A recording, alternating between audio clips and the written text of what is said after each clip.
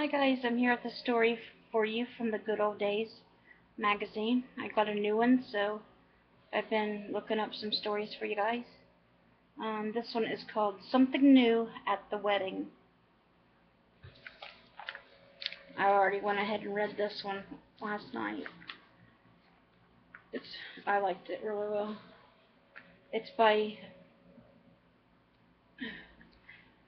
Gracia the Booth. I'll put her name in the description. It's just a little short story.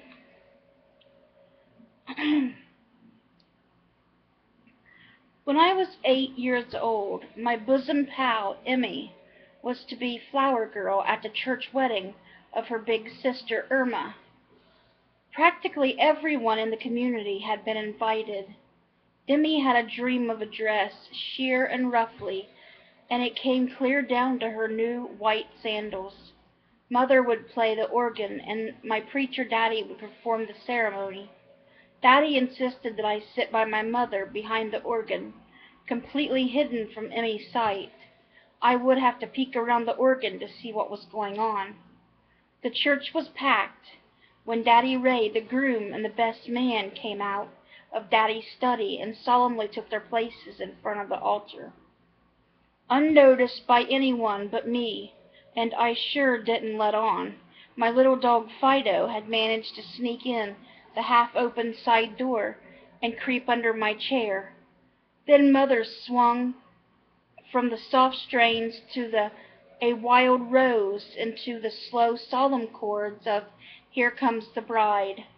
That was just too much for poor Fido, whose canine ears were attuned only to Jesus Loves Me, Bright in the Corner, and such hymns, for he always tagged along with us to Sunday school. Darting out of hiding before I could stop him, he made straight for Daddy, and squatting down in the aisle right in front of him, threw back his woolly head and howled mournfully. Ray's face got as red as fire, and the best man was trying awfully hard not to grin. Overwhelmed by embarrassment, Father simply glared in my direction. I sat frozen to the chair until, in desperation, Mother lifted one toe off the organ pedal and kicked my shin. It was up to me to do something, quick. I dashed out from the shelter of the organ and grabbed Fido, who began to bark ferociously at this further indignity. Snickers and giggles could be heard from all over the church. I was afraid to go out the side door. It was too close to Mother, and her eyes were spitting fire. The only other way out was along the rose-petal path, and without a moment's hesitation, I headed that way at a breakneck gallop, almost upsetting Emmy, who was halfway down the aisle. In full sympathy with Fido and me, she tossed her half-empty basket toward Daddy, and hoisting her long fluffy skirts, scurried at my heels. Scattering rose petals, we tore through the procession and out the open door. We hid under the bridal wreath hedge at the back of the church until we heard everyone leave for the reception at Emmy's house. Nobody looked for us, and we were too scared to go, so we missed it all. All but the scoldings we got that night when we ventured home. Emmy and I were not quite sure that Irma and Ray were really married after all that ruckus, and without Emmy doing her part until the twins arrived. Then we decided they must be.